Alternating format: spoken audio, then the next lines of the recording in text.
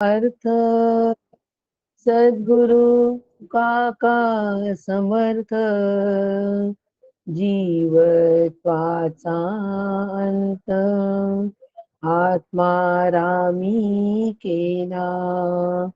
श्रीराम तुका सारखे पूर्ण वैराग्य ज्याचे, वसिष्ठा परी ज्ञान योगेश्वराचे, कवी वाल्मिका सारिखा मान्य ऐसा.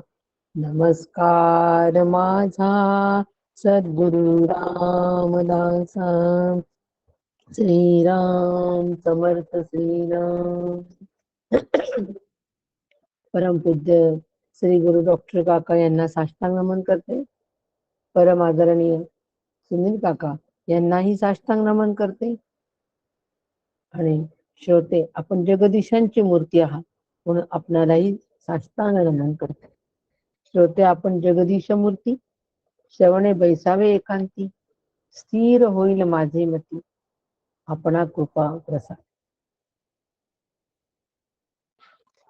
चिंतनाचा प्रारंभ करते. चिंतनाचा जो विषय आहे तो दासबोध, आणि ह्या दासबोधाच्या अंतर्गत 10 दशक आपले पूर्ण झाले आणि 11वा दशक आपलं सुरू आहे. आणि 11वा दशक जो आहे हा आहे सिद्धांत लक्षण. यामधले आपण साधारण 3 सोहळ्यांपर्यंत त्याचा एक आढावा घेतलेला होता. आज त्याचा पुढचा घेऊ. अत्यंत महत्वाचा असा हा समास आहे. या दशकाला भीमदशकच समर्थांनी म्हटलेलं आहे. भीमदशक. भीमदशक, भीम म्हणजे मारुतीरायाचं एक नाव आहे. भीम अत्यंत बलवान, सामर्थ्यशील असे मारुतीराया. भक्ती पण बलवान, शारीरिक दृष्ट्या पण बलवान, बुद्धिवंताम वरिष्ठम, बुद्धीने सुद्धा सगळ्यांमध्ये वरिष्ठ. म्हणजे सगळे सामर्थ्य मारुतीराया कशी होते. भक्त शिरोमणी, मारुतीरायाला भक्त शिरोमणी, बुद्धिमान वरिष्ठम, बुद्धिवंताम वरिष्ठम. सगळे याच्यामध्ये वरिष्ठ आणि सामर्थ्यनिशील असे मारुतीराया होते. आणि त्यांच्या दशकाला त्यांचं नाव दिलंय समर्थांनी. समर्थांचं सामर्थ्यावर फार जोर होता. त्यावेळेला मुघलांचं राज्य असल्यामुळे धर्माला एक प्रकारची ग्लानी आली होती, समाजामध्ये एक प्रकारची ग्लानी आली होती. हतबल झाला होता सगळा समाज मुस्लिम राज्यामुळे आणि त्यांच्या अत्याचारामुळे. आणि अशा याच्यामध्ये समर्थांनी 11 मारुतींची स्थापना केली. कशासाठी केली? 11 मारुतींची स्थापना. त्यांना 11 मारुती स्थापन करून चमत्कार करायचे होते का? अजिबात नाही. 11 मारुतींची स्थापना त्यावेळेला का केली? समाजामध्ये सामर्थ्याची जागृती व्हावी, सामर्थ्याचा सगळा जोर सामर्थ्यावर असावा, शक्ती संपन्न प्रत्येक जण असावं, बुद्धीनी, ताकदीनी आणि सगळ्या दृष्टीने, गुणांनी, सगळ्या दृष्टीने जो तो सामर्थ्यवान असावा, तरच आपण या मुस्लिमांना निश्चितपणे तोंड देऊ शकू असं समर्थांना वाटलं. आणि त्यांनी 11 ठिकाणी सगळ्यांना समाजामध्ये एक प्रेरणा मिळावी, सामर्थ्याची प्रेरणा मिळावी म्हणून 11 ठिकाणी 11 मारुती स्थापन केले त्यांनी. आणि अशी मारुतींची ठिकठिकाणी स्थापना त्यांनी केली. आणि म्हणून साधकांनी सुद्धा कसं असावं? सामर्थ्य संपन्न असावं. सगळ्या दृष्टीने, आरोग्याच्या दृष्टीने सुद्धा सामर्थ्य संपन्न असावं.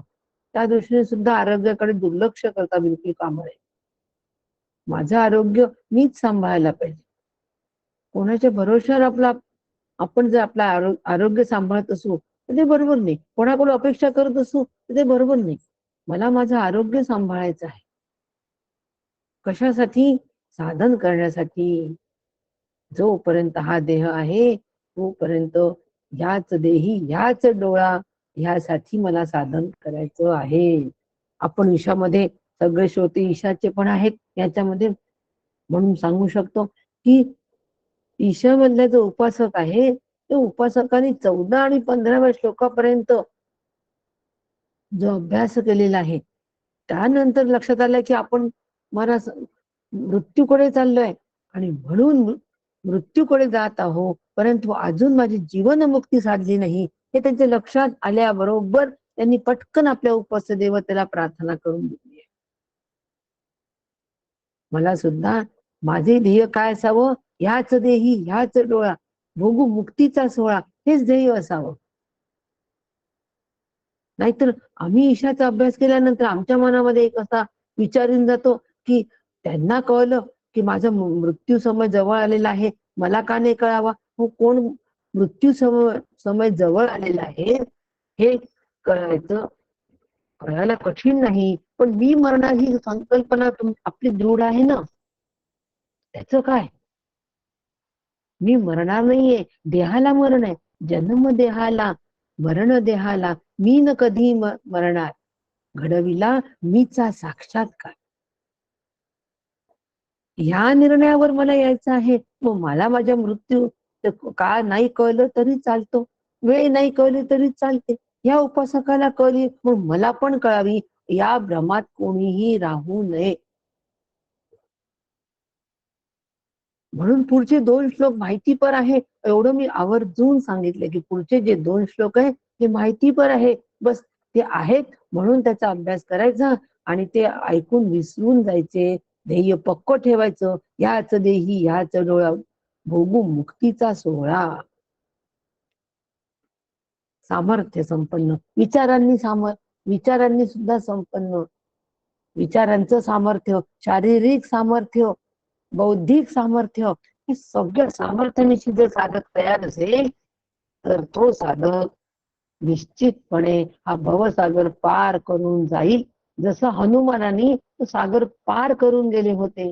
सगळ्यांना माहितीये, लंकेत जाण्यासाठी पूर्ण समुद्र उल्लंघन केला, कारण सगळ्या सामर्थ्यानिशी ते तयार होते. म्हणून आम्हाला पण एवढा मोठा भवसागर जर करून जायचा असेल तर सगळं सामर्थ्यानिशी असावं की नाही. आणि हे वैचारिक सामर्थ्य आम्ही अशा पद्धतीच्या संत वाङ्मयामधून आम्ही वैचारिक सामर्थ्य कमवू शकतो. फक्त नीट मनापासून अभ्यास आम्हाला करायला पाहिजे, तर वैचारिक सामर्थ्य आम्ही कमवू शकतो. आणि म्हणून समर्थांनी ह्या दशकाला भीम दशक नाव दिलेलं आहे. 10 दशकांचा अभ्यास झालेला आहे. विचार चांगल्या पद्धतीने आम्हाला विचारांची जी सामुग्री आहे, विचारांचं जे पाठबळ आहे, विचारांचं सामर्थ्य 10 दशकापर्यंत आमच्याजवळ बरंच काही आलेलं आहे. आणि म्हणून अजून ते सबळ व्हावं म्हणून भीम दशक अर्ध्यापर्यंत आल्यानंतर आम्हाला मरगळ येऊ नये, आम्हाला उभारीच यावी, आमचा उत्साह कायम राहावा. कशामधला? दासबोधाच्या अभ्यासातला उत्साह आमचा कायम राहावा, यासाठी समर्थांनी हा एवढा विचार सगळा केला हो. आणि काय नाव सुंदर दिलं, भीमदशक. आणि याच्या अंतर्गत सुरुवातच त्यांनी सिद्धांत निरूपणाला केलेली आहे. सिद्धांत कोणता? सिद्धांत पक्षाचं एकच म्हणणं आहे की जीव मूळचा ब्रह्मरूप आहे, जीव ब्रह्म ऐक्य. जीव ब्रह्म ऐक्य हा सिद्धांत पक्ष आहे. मला सिद्धांत पक्षावर आरूढ व्हायचं आहे आणि सिद्धांत रूप व्हायचं आहे. मला सिद्धांत पक्षाचा सिद्धांत रूप व्हायचं असेल तर नेमका कसा विचार करायला पाहिजे हे समर्थांनी आम्हाला या याच्यामध्ये समासामध्ये दिलेलं आहे. म्हणून 1 ते 11 मध्ये सगळी विश्वाची उत्पत्ती, पंचीकरण, अष्टधा प्रकृती, जीवाची उत्पत्ती संबंधीचा विचार मांडलेला आहे. आणि त्याच्यानंतर या ब्रह्मांडाच्या, या सृष्टीच्या संहाराचा पण विषय मांडलेला आहे. आणि ब्रह्मांड आणि सगळा संहाराचा सुद्धा विषय मांडून समर्थ सांगतात की हे याचा उत्पत्ती आहे, याला लय आहे. म्हणून हे जे ब्रह्मांड आहे हे ब्रह्मांड सत्य नाही, हे ब्रह्मांड सत्य नाही. याला तुम्ही सत्यत्व देऊ नका, याला चंचलत्व आहे, हे अतिशय चंचल आहे. आणि म्हणून समर्थ म्हणतात की ह्या सृष्टीचं चंचलत्व लक्षात घ्यावं आणि ब्रह्मस्वरूपाचं निश्चलत्व लक्षात घ्यावं. अभ्यास करताना दोन्ही दृष्टीने अभ्यास करावा. ब्रह्माचं निश्चलत्व आणि या सृष्टीचं, या ब्रह्मांडाचं चंचलत्व म्हणजे माईकत्व. चंचल आहे म्हणजे माईक आहे. मुलं चंचल असतात म्हणजे एका ठिकाणी एकही वेळ थांबत नाही होते. घटकेमध्ये ते पाण्यावर असतात, घटकेमध्ये अंगणात असतात, घटकेमध्ये टीव्ही समोर असतात, तर घटके त्यांच्या हातात मोबाईल असतो. केवढं एका 15 मिनिटामध्ये केवढे त्यांचे ऍक्शन्स बदलत असतात.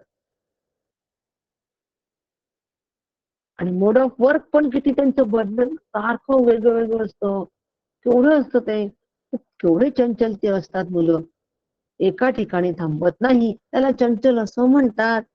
तसं या ब्रह्मांडामधल्या सगळ्या काही घटना ज्या आहे, व्यक्ती ज्या आहे, प्रसंग जे आहेत, दृश्य जे आहे, ती एका ठिकाणी थांबणारे नसतात. त्यात सतत बदल होत असतो, सतत परिवर्तन होत असतो. हे सगळं आम्हाला मान्य आहे. म्हणून याला चंचलत्वाचा दर्जा द्यावा.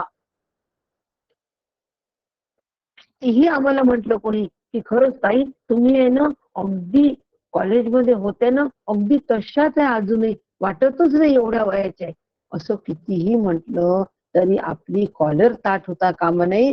आपल्या अंतरंगामध्ये हा निश्चय असावा, निर्णय असावा की त्यांना जरी मी तशीच वाटत असली तरी ह्या देहामध्ये अनेक स्थित्यंतर झालेले आहे.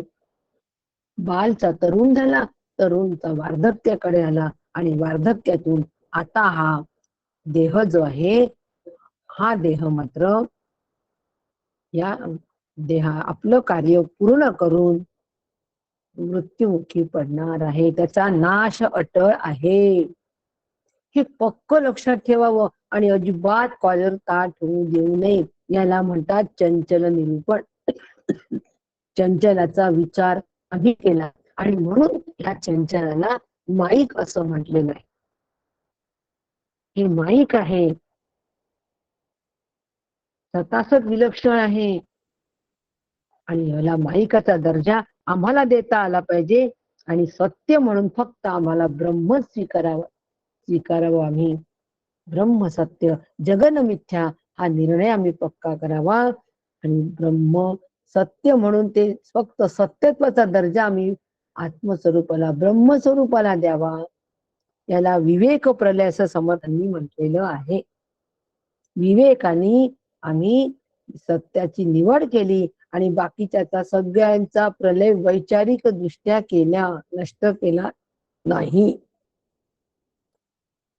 असा विवेक प्रलय पण समर्थांनी आम्हाला 18व्या ओळीमध्ये सांगितलेला आहे.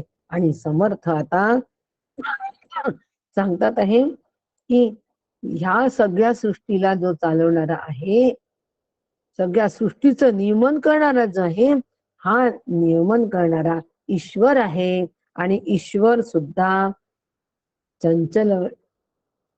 चंचलत्वामध्ये ईश्वराचा सुद्धा समावेश आहे. काय समर्थांनी आम्हाला ईश्वराचा समावेश चंचलामध्ये सांगितलं? कारण आम्ही बरेचदा पुष्कळ जण अगदी 99% लोक या ईश्वराच्या पाशीच फक्त थांबतात आणि ईश्वर भाव मला प्राप्त व्हावा म्हणून ईश्वर भावापर्यंतच उपासना येतात. पण मला त्याच्याही समोर जायचंय. त्या ईश्वराचं अधिष्ठान जे आहे ते मी आहे. म्हणून आम्हाला ईश्वराला सुद्धा चंचलत्व हा दर्जा द्यावाच लागेल. तो सगळ्याच नियमन करतो, हो सगळ्यामध्ये असतो, सगळ्या शरीरामध्ये असतो. हे समर्थाने सांगितलं. अगदी पुत्राचं म्हणजे समर्थाने डुक्कर सुद्धा म्हटलंय, गाढव सुद्धा म्हटलंय. का डुक्कर गाढव म्हटलंय? की आम्ही ज्या प्राण्यांना अतिशय हीन असं समजतो, हीन लीन असं आम्ही समजतो, अगदी खालच्या पातळीचं समजतो डुक्कर आणि गाढव. कोणाला तरी आवडतं का? डुक्कर म्हणलं की नको नको नको, बाजूला बाजूला. गाढव म्हणलं की अजिबात नको, नावही नको घेऊ. म्हणजे याची आम्ही नेहमी हेटाळणी करत असतो. परंतु त्याही योनीमध्ये ईश्वर आहे हे आम्हाला समर्थांना सांगायचंय. म्हणजे श्रेष्ठ योनीचा मनुष्य आणि कनिष्ठ योनीमधले सुद्धा जे आहे त्या सगळ्यामध्ये चराचरामध्ये ईश्वर व्यापून आहे हे आम्हाला सांगायचं आहे. आणि आमच्यामध्ये ही समत्व दृष्टी तयार करायची आहे. म्हणून समर्थांनी 23व्या ओवीमध्ये सगळ्या खालच्या नीच योनीमधल्या प्राण्यांचे आमच्या समोर नाव घेतलेले आहे. आणि हे कोण हे कोण जाणतं? सगळ्यांमध्ये एकच चैतन्य हे कोण जाणतो? तत्वदर्शी जाणतात. तत्वदर्शी जाणतात आणि ते समत्वानी दर्शन घेतात. असं आम्हाला तत्वदर्शी आणि समत्वाचं दर्शन आम्हाला घ्यायचं आहे. एकत्व मनुपश्यता. मग त्या ठिकाणी ततो न विजुगुप्सते, कोणाचे द्वेष करू आम्ही? ते कोणासाठी शोक करू? कोणासाठी मोह तयार होईल? पण असा या स्थितीला जर आम्हाला प्राप्त व्हायचं असेल तर आम्हाला अशा पद्धतीने विचार करावा लागेल. हे समर्थ सांगून आले. आणखीन कशा पद्धतीने विचार करावा लागेल? हा जो आहे चराचरामध्ये व्याप्त असलेला ईश्वर जो आहे त्यालाच अंतरात्मा असं पण म्हणतात. तो साक्षी आहे कारण ह्या ईश्वराचं अधिष्ठान ब्रह्मतत्व आहे. ईश्वराचं अधिष्ठान ब्रह्मतत्वावर, ब्रह्माच्या अधिष्ठानावर ईश्वर सुद्धा सर्व सृष्टीचं नियमन करतो. मांडणी अशी करायची, विचारांची मांडणी ही अशी ज्या वेळेला करू, ब्रह्माच्या अधिष्ठानावर ईश्वर या सगळ्या ब्रह्मांडाचं नियमन करतो. पण अधिष्ठान त्याला सुद्धा ब्रह्माचंच आहे आणि ते मी आहे. ते मी आहे. म्हणून ह्या अंतरात्म्याला अंतरात्मा का म्हटलेलं आहे? अंतरात्मा म्हणजे आतला आत्मा. म्हणजे उपाधीचा विचार आम्ही नेहमी करत असतो म्हणून आतलं आणि बाहेरचं हा विचार आम्ही नेहमी करतो. एक उदाहरण दिलं होतं की मटक्यामध्ये पाणी असतं तर ते मटक्यातलं पाणी होतं, घटातलं पाणी होतं. घट असतो मातीचा, त्या घटामध्ये पाणी भरलं, घटातलं पाणी होतं. पण त्याच घटाला जेव्हा आम्ही नदीमध्ये घेऊन जातो आणि तो घट तिथे फुटल्यानंतर आतलं पाणी बाहेर गेलं की बाहेरचं पाणी आतमध्ये गेलं? कुठलंच पाणी कुठे गेलेलं नाही. पाणी पाण्यामध्ये एकरूप झालं पण आतलं पाणी बाहेर आलेलं नाही. फक्त उपाधी फुटली, फक्त घट फुटला. कोणता घट? हा घट. 5 ज्ञानेंद्रिय 5 कर्मेंद्रियांचा जो घट आहे याच्यामधलं असलेलं चैतन्य, हा घट जोपर्यंत अस्तित्वात आहे तोपर्यंत ह्या चैतन्याला अंतरात्मा असं म्हणतात. आणि हा घट फुटला की हा अंतरात्मा बाहेरचा आणि आत असा राहत नाही. आणि असा मी आहे असं आम्हाला समर्थ सांगतात आहे. आणि असं न जाणता ईश्वराला जो कोणी ब्रह्म समजतो तो मात्र समर्थांनी त्याला ज्ञानाचं दारिद्र्य असलेला महामूढ असं म्हटलेलं आहे. कल्पना करा. म्हणजे अचेतन वस्तूमध्ये विकार घडून आणण्याचे कार्य करणारा आणि स्वतःही विकारी ईश्वर आहे. ईश्वर स्वतःही विकारी आहे, परंतु हे आम्हाला माहीतच नसतं. आम्ही ईश्वराला सर्वे सर्व समजतो, त्याच्या धाकात राहतो, त्याच्या भयात राहतो. आम्ही जर पूजा केली नाही तर देव आमच्यावर कोपतील, महालक्ष्मी आमच्यावर कोपतील. त्यांची जर आंबील मी 10 घरी दिली तर आमच्यावर महालक्ष्म्या कोपतील. हो, आंबील 10 घरी गेल्यानंतर त्या कशाला कोपणार आहे? आंबील 10 घरी गेल्यानंतर कोपणार नाहीये. पण हे अंतःकरण जे आहे हे 10 विषयांकडे जर जात असेल तर त्या नक्की रागवते. त्यांनी रागवावं पण.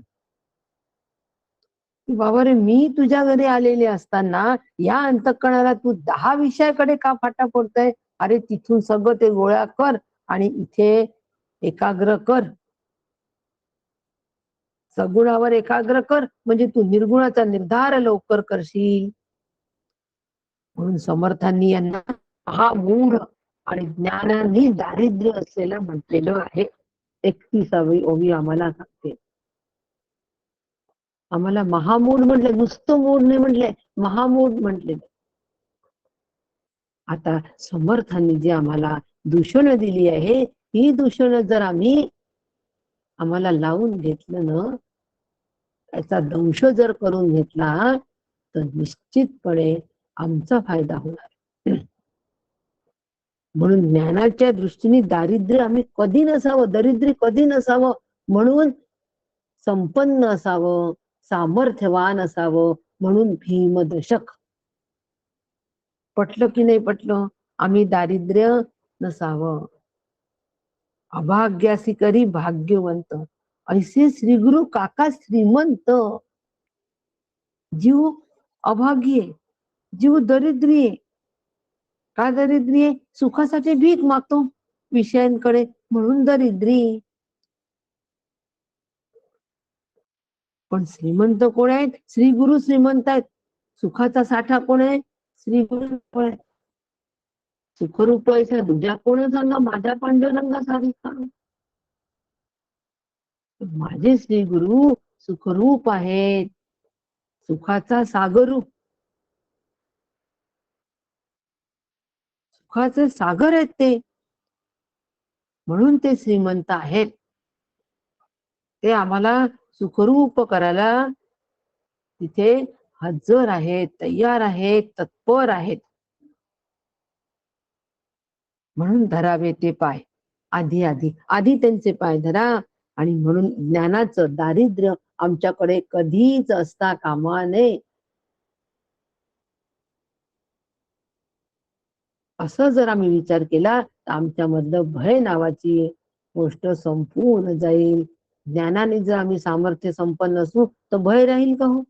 महालक्ष्मींची आंबील 10 ठिकाणी देऊ नका, ते हात एकाच ठिकाणी धुवा, 10 ठिकाणी धुवू नका. काय भयाने आम्ही सगळं करतो, एवढं भयरूप असतो आम्ही. पण ज्ञानाने सामर्थ्यवान असू, विचारांनी जर आम्ही सामर्थ्यवान असू तर मात्र हे भय तिथे अजिबात राहणार नाही. आणि त्याची फार गरज आहे सिद्धांत रूपतेसाठी. म्हणून समर्थ असं म्हणतात की जे चंचलमाई पदार्थ आहे त्यांना उत्पत्ती स्थिती लय आहे, त्याची खूण सांगितली. मग चंचल पदार्थ कोणते? ज्याला उत्पत्ती स्थिती आणि लय आहे, हे चंचल पदार्थ. आणि परब्रह्म कसं आहे? परब्रह्म अचळ आहे, निश्चल आहे. आणि हा विवेक मात्र आम्हाला सतत सांभाळावा लागतो, सतत हा विवेक सांभाळावा लागतो. चंचल माया ते माई, निश्चळ परब्रह्म एक, नित्य विवेक या कारणे. नित्य विवेक केव्हा करायचा, कसा करायचा? चंचल माया ही अनित्य आहे आणि निश्चल परब्रह्म हे नित्य आहे, असा विवेक जेव्हा आम्ही सारखा करू त्यावेळेला नित्य विवेक होईल. हे नित्य विवेकाची महत्व आहे. म्हणून हा आम्ही नेहमी करावा.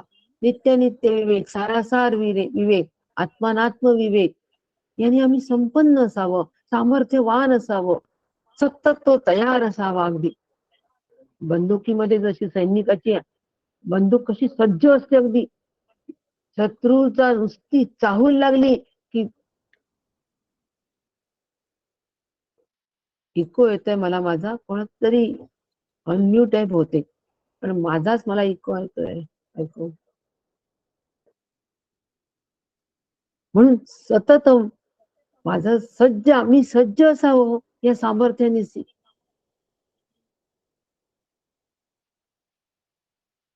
आणि म्हणून हा विवेक सतत सांभाळावा असं समर्थ आम्हाला सांगतात. कोणता? नित्य विवेक. म्हणून नित्य विवेक जर आम्हाला सांभाळत असेल तर जगताचं विकार हे स्वरूपच आहे, जगताचं विकार हे स्वरूपच आहे. आम्हाला सुद्धा, या देहाला सुद्धा 6 विकार आहेत आणि हे सगळे आत्म्याच्या सत्तेवर होतात. आत्म्याचा त्याच्याशी काहीही संबंध नाही या विकाराशी. आत्म्याचा काही संबंध नाही. या 6 विकारांचा. आणि म्हणून आणि ज्यांना असं वाटतं की आत्म्याचा या 6 विकारांशी संबंध आहे, त्यांनी पारमार्थिक दारिद्र्याची हद्द गाठली. या ओवीचा अर्थ असा होतो, 31व्या ओवीचा अर्थ असा होतो की ज्यांना असं वाटतं की या विकारांचा संबंध आत्म्याशी आहे, आत्म्यामुळे हे विकार होतात, असा जर वाटत असेल तर आम्ही अत्यंत दरिद्री महामूढ आहोत. आत्म्याचा या विकाराशी संबंध नाही. आत्मा अविकारी आहे. आपण अभ्यास करतो ना, आत्मा अविकारी आहे, विकार देहाला आहे. मी आत्मा आहे म्हणजे मी अविकारी आहे. या विकारांचा माझ्याशी संबंध नाही. तो आत्मा नाही म्हणायचा, मी आत्मा आहे. माझ्याशी या विकारांचा काहीही संबंध नाही, असा विचार ज्या वेळेला आम्ही करू त्यावेळेला आम्ही विचारांनी बलवंत हो, सामर्थ्यवान आम्ही हो. असं सामर्थ्यवान आम्हाला करावं, आम्हाला समर्थ करतात आहे हो. आणि म्हणून मग हा विवेक जो आहे हा सतत सांभाळावा. आणि समर्थ म्हणतात 34व्या ओळीकडे चाललेत समर्थ. आता आम्हाला ह्या अंतरात्म्याची पूर्ण ओळख करून देऊन पूर्ण सिद्धांत रूपकणाचा चंग समर्थांनी बांधलेला आहे. म्हणून प्रत्येक समास आम्हाला कुठे घेऊन जातो, स्वरूपाकारतेकडे घेऊन जातो. जातो जीवतो प्राण, नेणे जीवतो अज्ञान, जन्मतो जीवतो जाण वासनात्मक. आता ही ओवी जेव्हा आम्ही वाचतो तेव्हा आम्हाला प्रश्न पडतो की जातो जीव तो प्राण, म्हणजे जो प्राणमय जाणता असतो तो जीव आहे. आता जो जीव स्वरूप जाणत नाही तो अज्ञानी आहे. आणि जन्माला येणारा जो वासनात्मक आहे तो जीव आहे. मग आता ह्या ठिकाणी 3 जीव दिलेले आहे. जीव तर एकच सांगतात नेहमी, शास्त्राने एकच सांगितले, मग 3 जीव कसे काय? अभ्यास जर आम्हाला करायचा असेल तर बारकाव्यानिशी करावा लागेल की नाही. सामर्थ्यवान जर आम्हाला व्हायचं असेल तर सगळं असामर्थ्यवान असं जेवढे काही आहेत तेवढं सगळ्यांना आम्हाला दूर करावं लागेल की नाही. सामर्थ्यवान बनायचंय. वजन कमी आहे, वजन कमी आहे म्हटल्यानंतर वजन वाढवतो की नाही आम्ही. शारीरिक सामर्थ्यवान व्हायचं असेल तर वजन वाढवतोच की नाही, निश्चित वाढवतो. आमची पचनशक्ती जरा वीक आहे, पचनशक्ती वाढवतो, व्यायाम करतो, औषधं घेतो, पण सामर्थ्यवान होतो. तसं सगळ्या बाजूने आम्हाला सामर्थ्यवान व्हायचंय. मग हे जीव काय आहे, 3 पद्धतीचे जीव हे लक्षात घ्यावं लागेल की नाही. जो प्राणमय जाणता असतो तो जीव, जो प्राणाला जाणतो. प्राण आणि चिदाभास एक नाही, पक्क लक्षात घ्या. परंतु प्राण कोणाच्या सत्तेवर काम करतात? प्राणाला जाणणारा कोण आहे? जाणणारा चिदाभास आहे. आणि प्राण आत्मसत्तेवर काम करतात. पण त्याचं ज्ञान कोणाला असतं? चिदाभासाला असतो. बुद्धिस्त चिदाभास, त्याला आम्ही जीव म्हणतो. म्हणून ह्या जीवाला प्राणाचं ज्ञान असतो, प्राणाला तो जाणणारा असतो. आज मी खूपच थकलो आहे हो, मला उठावसं वाटत नाही, माझा हात सुद्धा असं उचलत नाही, म्हणजे माझ्या अंगामध्ये ताकद आज खूप कमी झाली आहे. म्हणजे प्राणशक्ती आज शिणली आहे. हे कोणाला जाणवतो? प्राण्यांना जाणवतो का? नाही. मग कोणाला जाणवतो? ज्याला जाणवतो तो जीव आहे. पण तो प्राणांना जाणणारा तो जीव. आता हाच जीव प्राणांना जाणतो, देहाला जाणतो, देहाचे व्यापार जाणतो, परंतु स्वरूप जाणत नाही. हा जीव स्वरूप जाणत नाही, म्हणून मग तो अज्ञानी जीव, त्याला अज्ञानी जीव असं म्हणतात. आणि हा जीव परत जन्म घेतो अनेक वासना आपल्या उराशी बाळगतो आणि जन्म घेतो. हा वासनात्मक जीव आहे.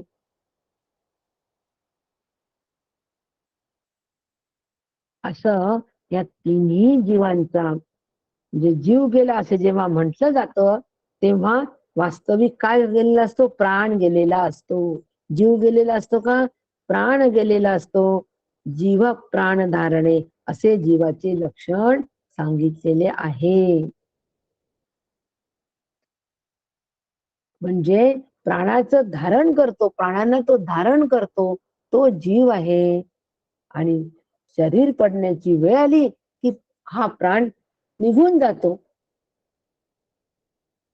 शरीर पडण्याची वेळ आली की हा प्राण निघून जातो, कारण शरीर आता त्याच्या कामाचं राहिलेलं नसतं.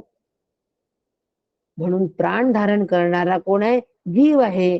त्याच्यानंतर गाढ झोपेमध्ये जो असतो त्या जीवाला अज्ञानी जीव असं म्हणतात. आणि असा या सगळ्या देहाचा ज्या वेळेला आम्ही निराश करतो, कशासाठी या जीवाचा अभ्यास करायचा आहे? या 4 जीवांचा अभ्यास का करायचा आहे?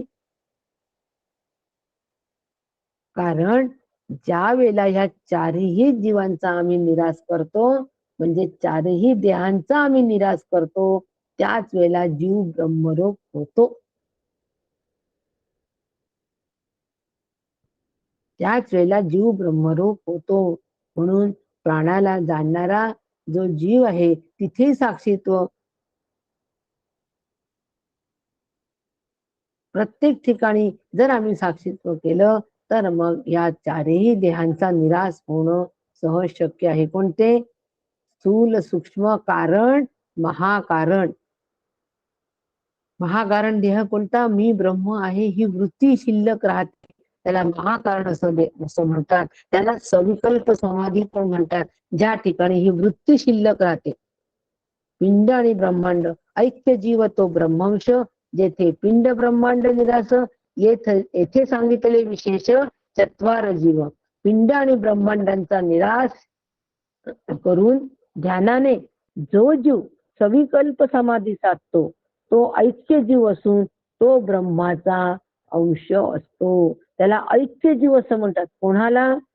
जो पिंड आणि ब्रह्मांडाचा निराश करतो आणि सविकल्प समाधीत जातो. म्हणजे मी ब्रह्म, बाकी सगळ्या वृत्ती त्याच्या मावळून जातात, पण मी ब्रह्म आहे, मी ब्रह्म आहे एवढी एक वृत्ती त्या ठिकाणी शिल्लक राहते. म्हणून थोडा एक विकल्प शिल्लक राहतो. मी ब्रह्म आहे ही जाणीव त्या ठिकाणी शिल्लक राहते. म्हणून त्याला विकल्प म्हणजे विकल्पासहित असलेला समाधी असं म्हणतात. कारण आता चित्तवृत्ती अगदी एकाच वर स्थिर झालेली आहे. आत्मस्वरूपावरच ती स्थिर झाली असते. ती त्या आत्मस्वरूप सोडून कुठे भटकतच नाही. असं ऐक्य जीव झालेलं असतं, म्हणजे जीवाचं ऐक्य झालेलं असतं त्या स्वरूपाचं. परंतु मी ब्रह्म आहे ही एक वृत्ती तिथे कायमच असते. म्हणून ही सविकल्प समाधी आहे.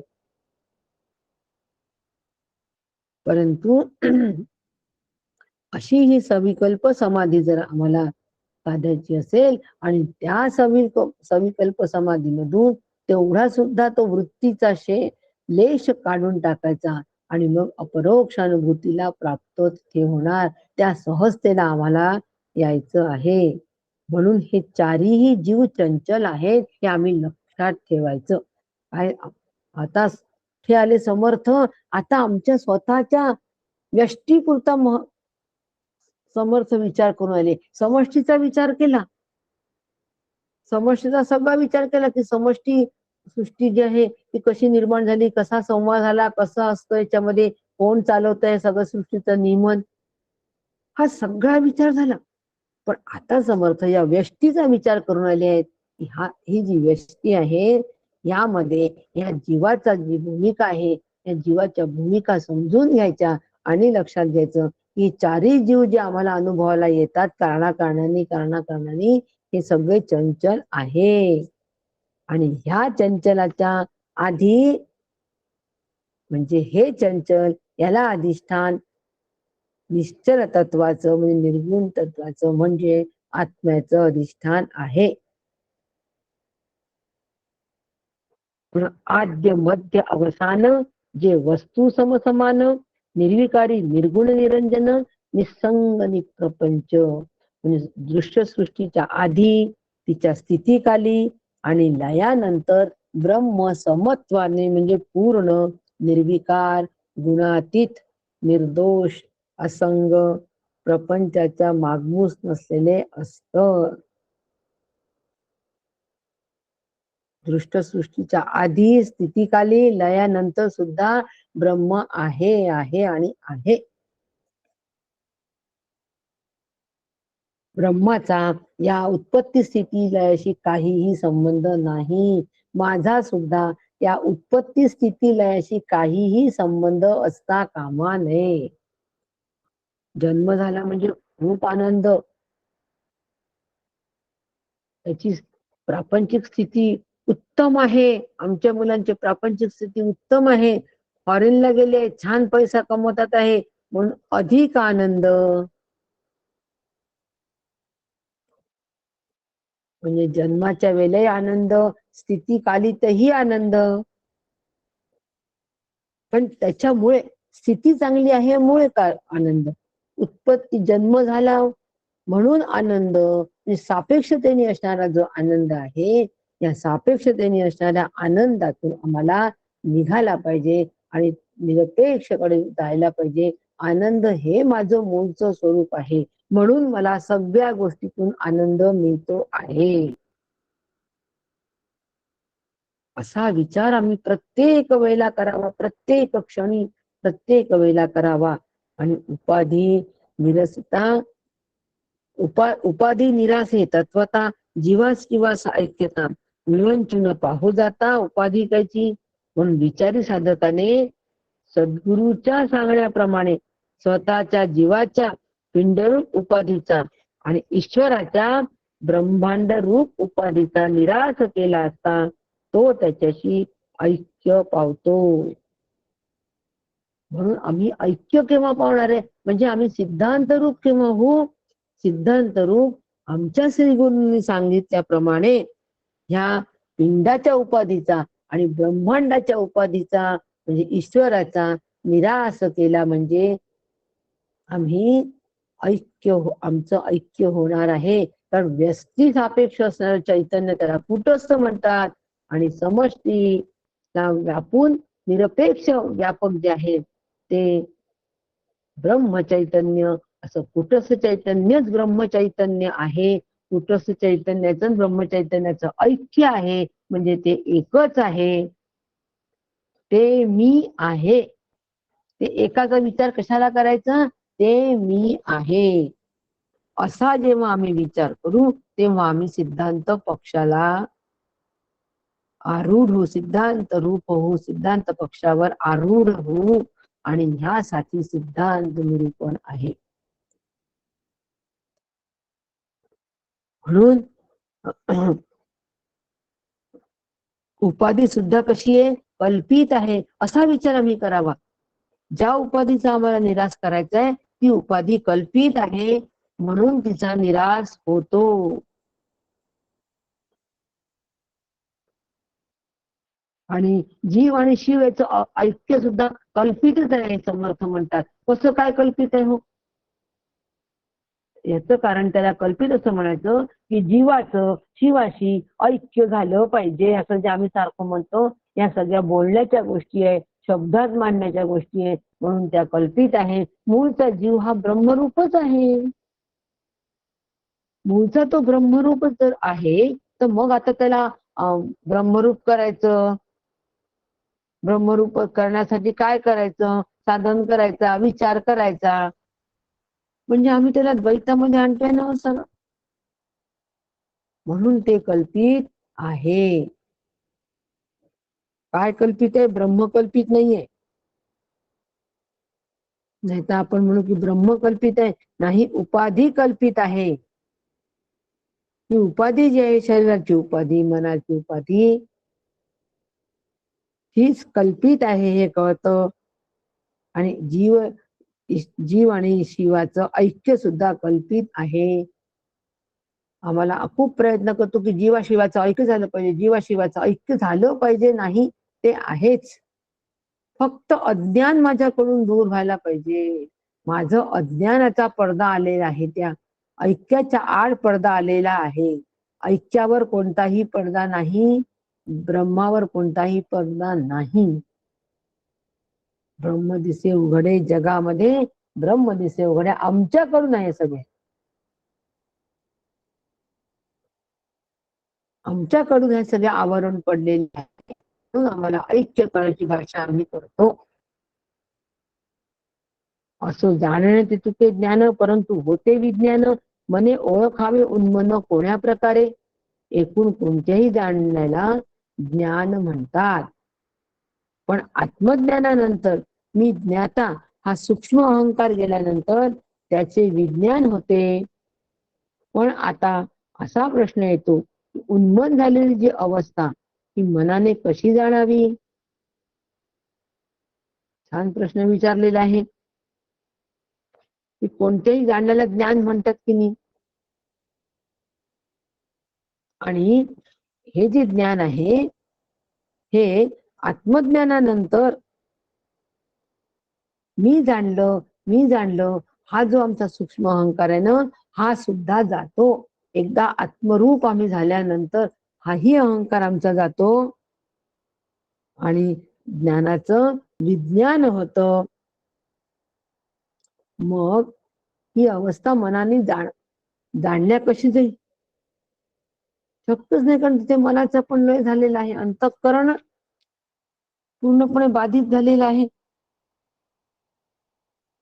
वृत्ती न कळे निवृत्ती, गुणास कैची निर्गुण प्राप्ती, गुणातीत साधक संती विवेके केले.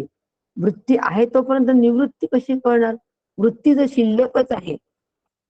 माऊली म्हणते माझे गुरु महाराज ते निवृत्तीनाथ आहे, पण त्या ठिकाणी एकही वृत्ती उठतच नाही, कधीच नाही. असे ते जन्मताच निवृत्त आहे, असे ते निवृत्तीनाथ आहे. आणि म्हणून जोपर्यंत ही वृत्ती आहे आमच्या ठिकाणी, वृत्ती ज्ञान, वृत्ती म्हणजे वृत्तीचं ज्ञान, हे जोपर्यंत आहे तोपर्यंत आम्हाला निवृत्ती कशी कळेल? म्हणजे काय निवृत्ती म्हणजे काही कशी काय कळेल? कळू शकत नाही. पण श्री गुरु मात्र आपल्या शिष्याला असा उपदेश करून गुणातीत करतात. काय म्हणतात श्री गुरु?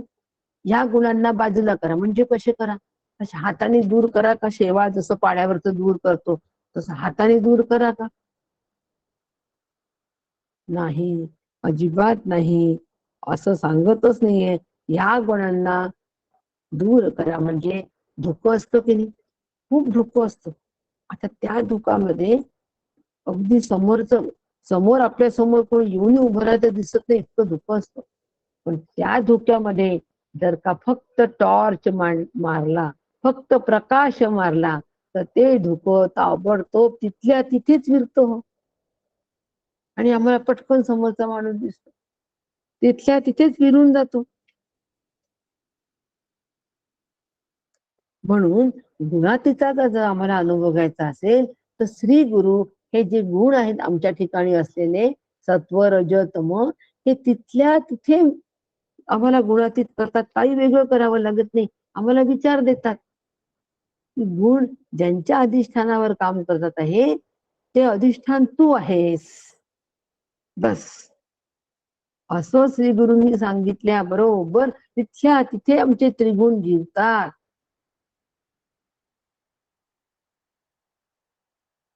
काय सुंदर मार्ग असेल हा पहा. काय सुंदर मार्ग आहे हा. श्री गुरु आम्हाला फक्त उपदेश करतात की बाबा तू गुणत्रय अव्हेरी, तू गुणांना अव्हेर कर, गुणांचा अव्हेर कर, स्वीकारू नको.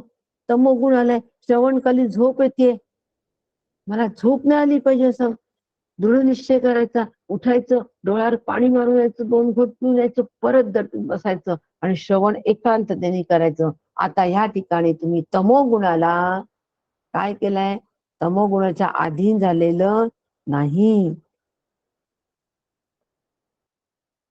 आणि तमोगुणाचा तुम्ही आधार पण घेतलेला नाही. तमोगुणाचं जे देणं आहे, आळस, क्रोध, हे तुम्ही आपण नाकारलं. नाकारल्यानंतर त्यांचा कार्यक्रम जसा आहे तसा आम्ही तो बघून राहिलो. त्यामध्ये काहीही ढवळाढवळ करत नाही. ते गुण काहीच ढवळाढवळ करत नाही, तसेच राहतात. जो त्याचा स्वभाव असतो त्या स्वभावामध्ये ढवळाढवळ करत नाही. गुणांचा कार्यक्रम त्याच्यात ते मध्ये मध्ये करत नाही. तमोगुणाचा आहे स्वभाव राग येणं. पण हा मी जर त्या ठिकाणी त्याचा जर स्वीकार केला नाही, त्याच्या त्या कार्यक्रमामध्ये आम्ही जर काहीच ढवळाढवळ केली नाही, तर तो जागच्या जागी विरून जातो. गुणातीत. आणि असं गुणातीत आम्हाला कोण करतं? श्री गुरु करतात. विवेकाचा सांगोपान उद्देश करून ते आम्हाला गुणातीत करतात, श्री गुरु. आणि म्हणून श्री गुरूंचं या क्षेत्रामध्ये एवढं महत्व आहे. म्हणून श्रवणा परिस मनन सार, मनने कळे सारा सार, निजध्यास साक्षात्कार निसंग वस्तू. एक ओळी याच्यामधली आपली सुटलेली आहे पहा, की असो जाणणे तितुके ज्ञान, परंतु होते विज्ञान, मन ओळखावे उन्मन कोण्या प्रकारे. म्हणून कोणत्याही जाणण्याला ज्ञान म्हणतात, पण आत्मज्ञानानंतर मी ज्ञाता हा सूक्ष्म अहंकार गेल्यानंतर त्याचं विज्ञान होतं. जाणण्याला ज्ञान म्हणतात, पण मला मी जाणलं ही जाणीव तिथे असते. मी जाणलं, मी ज्ञाता हा सूक्ष्म अहंकार असतो. म्हणून सूक्ष्म अहंकार जोपर्यंत आहे तोपर्यंत तिथे त्या ठिकाणी विज्ञान नाही, आणि विज्ञान नाही तर सहजता नाही. म्हणून सिद्धांत पक्षावर आरूढ व्हायचं आहे. सिद्धांत पक्षावर आरूढ होताना अशा पद्धतीने आम्हाला विचार करावा लागेल. उपाधींचा निराश करावा लागेल. चारही उपाधींचा निराश करावा लागेल. चंचलत्व जाणावं लागेल. आणि हे चंचलत्व अधिष्ठान निश्चल तत्व आहे. हे निश्चल तत्व आम्हाला नीट आम्ही जेव्हा समजून घेऊ, त्याच वेळेला मग आम्ही सिद्धांत पक्षाचे होणार आहे. म्हणून उपजेते नाशे, नासले पुनरपी दिसे, हे घटिका यंत्र जैसे परिभ्रमेगा. हे आम्ही नीट लक्षात घेतलं पाहिजे. चंचलाचा विचार करताना, चंचलाचा निराश करताना लक्षात घेतलं पाहिजे की उपजेते नाशे, जे जे उत्पन्न झाल्या त्यांचा सगळ्याचा नाश होणार आहे. म्हणून ह्याला घटिका यंत्र असं म्हटलेलं आहे. अशा पद्धतीने जेव्हा आम्ही विचार करू तेव्हा मग तो परीमध्ये जे प्रतिभासे, मग मध्ये जे भासतो की नाही ते काय आहे? परी मध्ये जे प्रतिभासे ते निद्रिता स्वप्न जैसे. जन्माच्या आधी हे नसतं. जन्म मृत्यू नंतर पण काही राहणार नाही. देह जन्मपूर्वी पण नव्हता, मृत्यू नंतर पण राहणार नाही. मध्ये हा जो भासतोय ना मला, हा जो भास आहे ना सगळा, हे काय आहे? हा म्हणतात ते निद्रिता स्वप्न जैसे. झोपेमधल्या स्वप्ना जसं आहे तैसा आकारू हा मायावशे सत्स्वरूपी.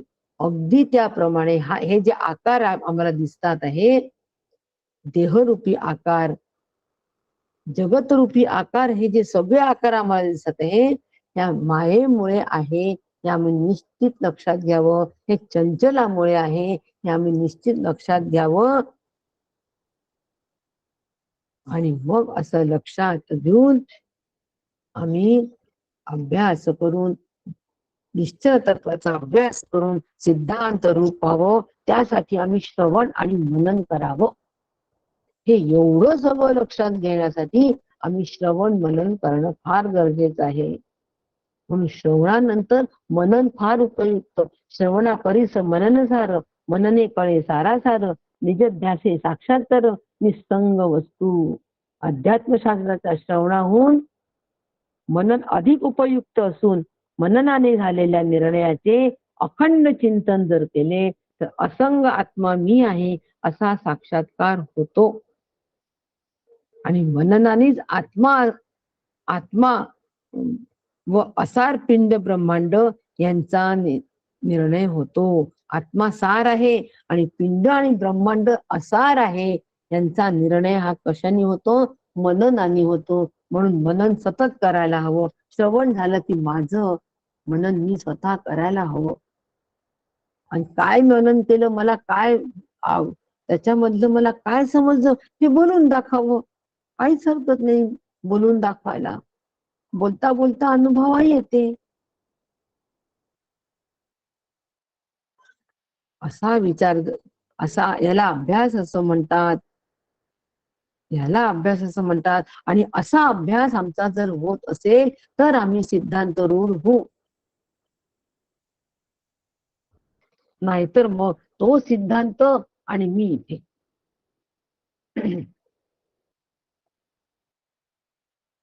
आम्हाला मॅथमॅटिक्स मध्ये 10वी पर्यंत आपण सगळेजण जॉमेट्री शिकलो की नाही?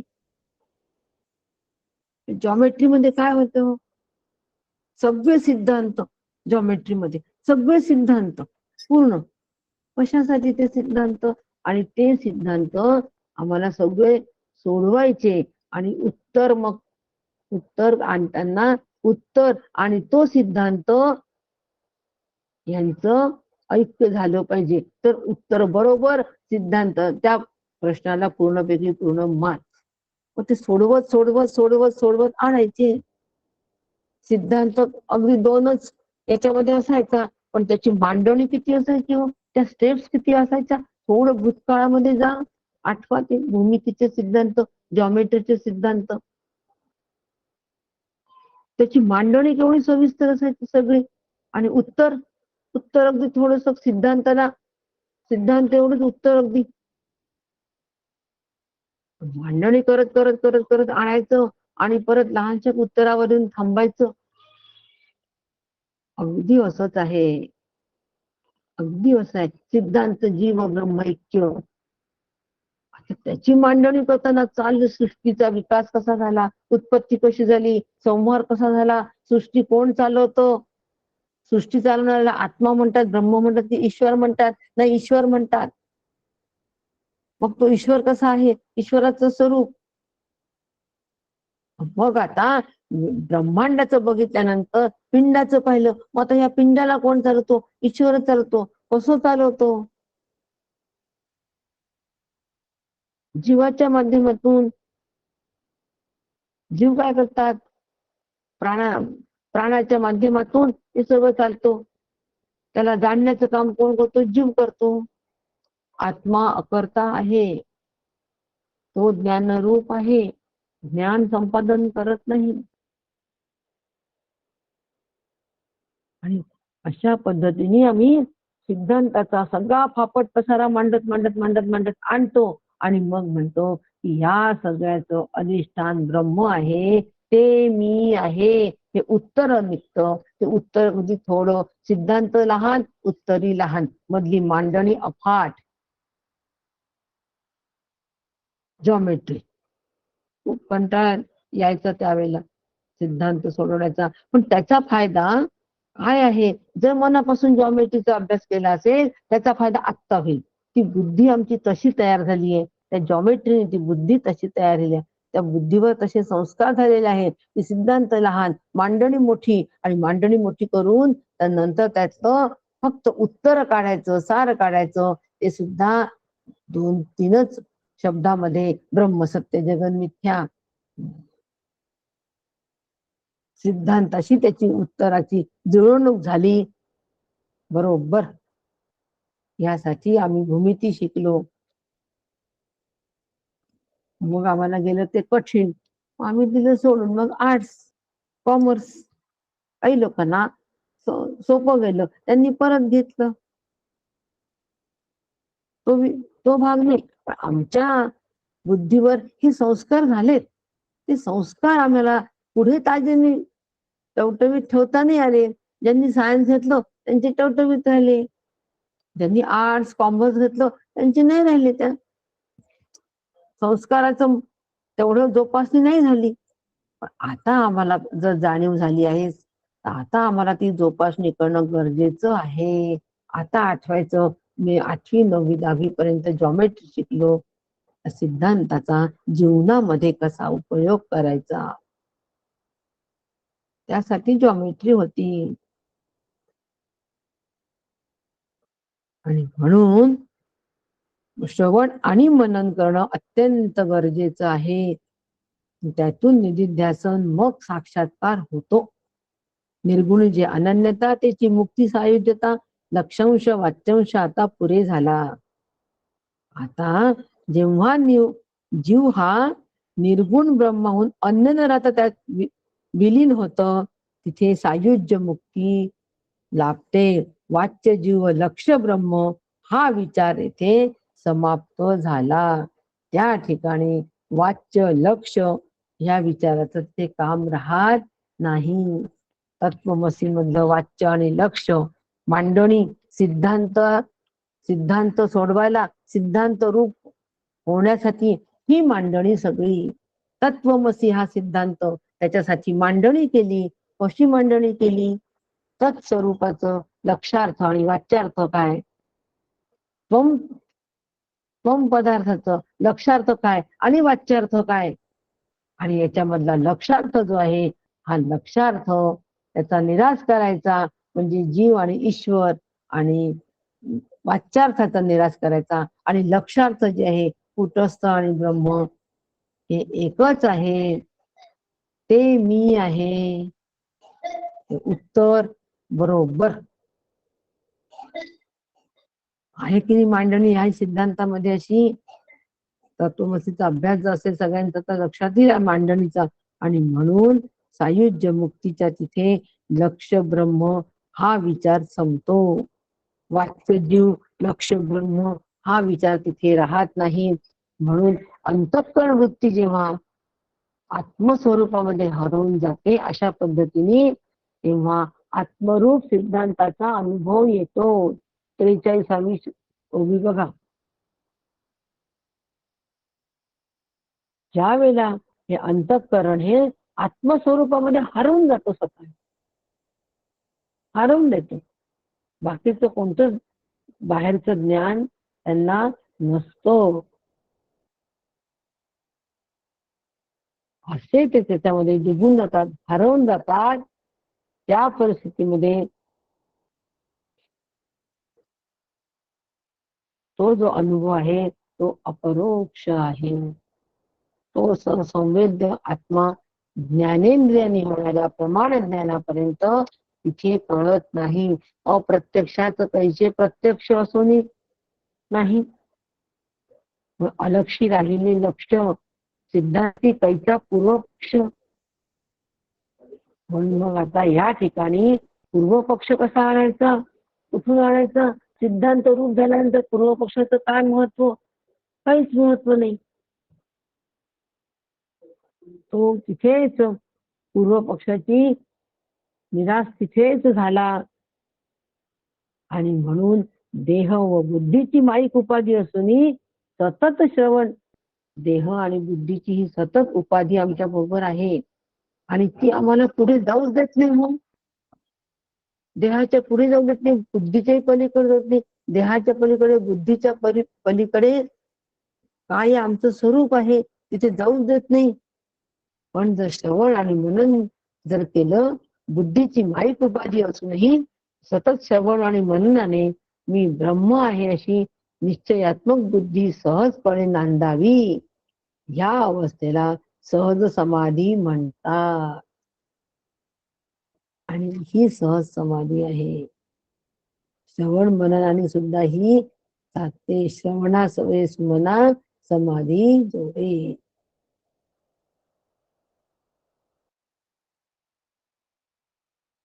अशा पद्धतीचा आजचा आपला हा जो सिद्धांत निरूपण नाम समास आहे तो या ठिकाणी आपला संपला. म्हणून इति श्रीदास बोधे गुरु शिष्य संवादे सिद्धांत निरूपण नाम समास पहिला गुरु शिष्य संवादात्मक दासबोध या ग्रंथातील सिद्धांत निरूपण नावाचा पहिला समास समाप्त. जय जय रघुवीर समर्थ.